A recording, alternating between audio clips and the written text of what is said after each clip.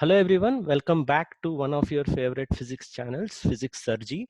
And here we are yet again presenting one of the situations from our resolved series, right? So this is one of the favorite among my subscribers, and I also love bringing these kind of situations forward to you, which bug the students and teachers alike. Okay, so without much further ado, let's dive into the situation that I'm going to present to you. On screen, you could see that I have brought forward the question from Irodov's problem textbook. Okay, right. So 2.42, right, where you have a vessel containing helium, assumed to be obviously ideal gas, and you are having a small hole which leads that helium gas going out through that hole into vacuum. Okay, so there's certain conditions given in the question, and we're supposed to calculate what is the value of velocity of that helium which is flowing out. Okay, so there are certain things that we need to be worried about in this particular problem, and the conditions under which the solution is given by Irodov here, right? So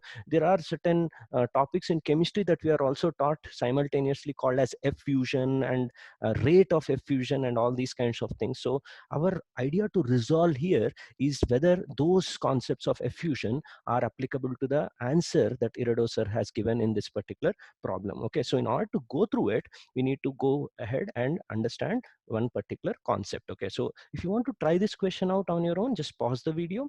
Question is in front of you in the screen, right? So try it out if you are not done it before, and then go forward to check the concept I am going to present. Okay, so here it is. So what we need to learn before we dive into this question is that you could see the left of the screen. I have depicted a diagram where the gas actually through a pinhole goes into vacuum. Okay, so as innocent that it looks like, this actually is not so simple situation. Okay, so what kind of process is followed by this gas going out into vacuum, right, vast space, is dependent on the diameter of that particular hole, right? So, or we could call it as characteristic length. So there is arise two extreme cases where the diameter of the hole that we are showing, right? So I've just enlarged this thing.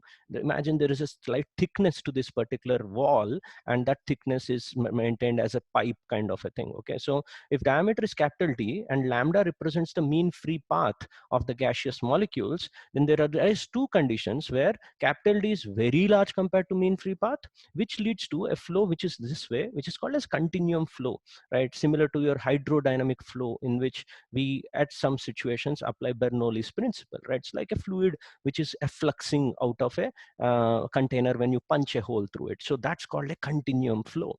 Whereas when capital D is very small, right, that means the dimensions of this hole are very small compared to the mean free path, then you end up getting something called as molecular flow, where the gas molecules, as they go out, they collide with those walls of that particular punched hole, right? So, and thereby losing some form of energy before they come out into vacuum, right? So if Bernoulli's principle could be used in continuum flow, that is because there are no losses of energy as it comes out. Whereas in molecular flow, you should be assured that most of the molecules that are coming out are the ones which are having the velocity in this figure in the direction through that hole. That means you know that the molecules which are going in some other direction other than x velocity have very, very little chance to actually come out of the pinhole. So that is where you have to use the Maxwell distribution and statistical data to understand how it comes out. And already this has been taken up under the Resolved 4 video. Link is in the description below, and I've corrected the solution given in the NCERT exemplar in that particular video. So if you're new to this channel, I recommend you pause the video here and go to the Resolved 4 video that I have put up in the description to understand about molecular flow. So this particular concept will be in general resolved by an idea of Knudsen number, right? Knudsen number, which is similar to your Reynolds number in viscosity, where you actually take the ratio of these two numbers, what is mean free path and diameter, and compare whether it is very small or very large. And depending on that number, you have to choose whether it's continuum flow or molecular flow, similar to your Reynolds number, which decides steady flow and the turbulent flow. Okay, so when in real life, actually, when these extreme cases are not satisfied and it goes very close, the flow actually fluctuates between both continuum and molecular flow. So on paper, when problems are given, we have to, because we have to solve the problem, we have to consider that one of these two extreme cases are taken on paper. Okay, so in the Irodov's problem, right, the continuum flow is taken into account. How do you know that? If you go by the language of Irodov sir in the question, there's one hint that gives you why he's taking that. He says in the second line, the flow rate of the gas inside the vessel is assumed to be negligible. That means talking about flow rate, and that flow rate word is usually associated not with the molecular flow but a continuum flow. Okay, so that is what we are going to deal in taking the solution for this particular problem. Okay, so assuming the continuum flow, where we are taking the value of lambda is very small compared to d, that means there are no collisions with the inner walls of that particular punched hole. Remember, there is a pipe kind of thing here, so the energy is conserved. So we can use macroscopic energy conservation, which is similar to Bernoulli's principle, right?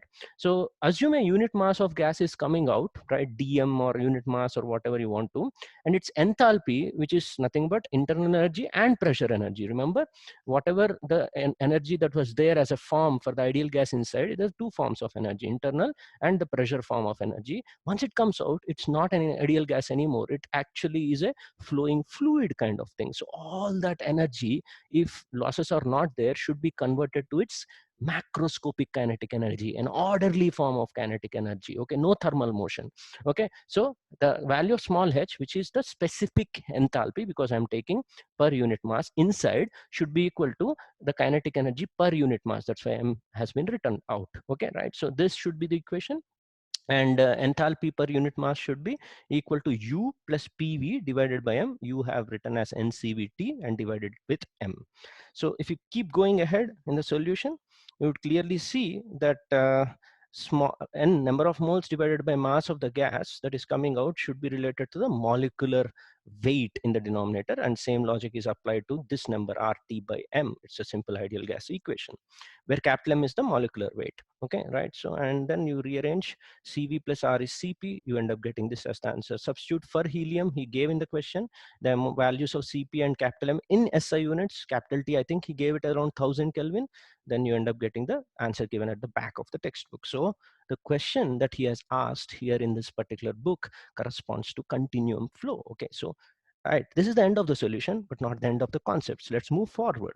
Okay, so the eye opener that you need to understand is, I've already posted another video on Pathfinder question, which is the throttling problem. Exactly, small change. If you want to pause the video here, again, another video, link is in the description below about the throttling problem. Okay, so it's in the Pathfinder. So for those who have already seen that video, let me recap how that problem is, where there is a chamber of gas, okay, right? And instead of going into vacuum outside, it's actually a small bottle of vacuum.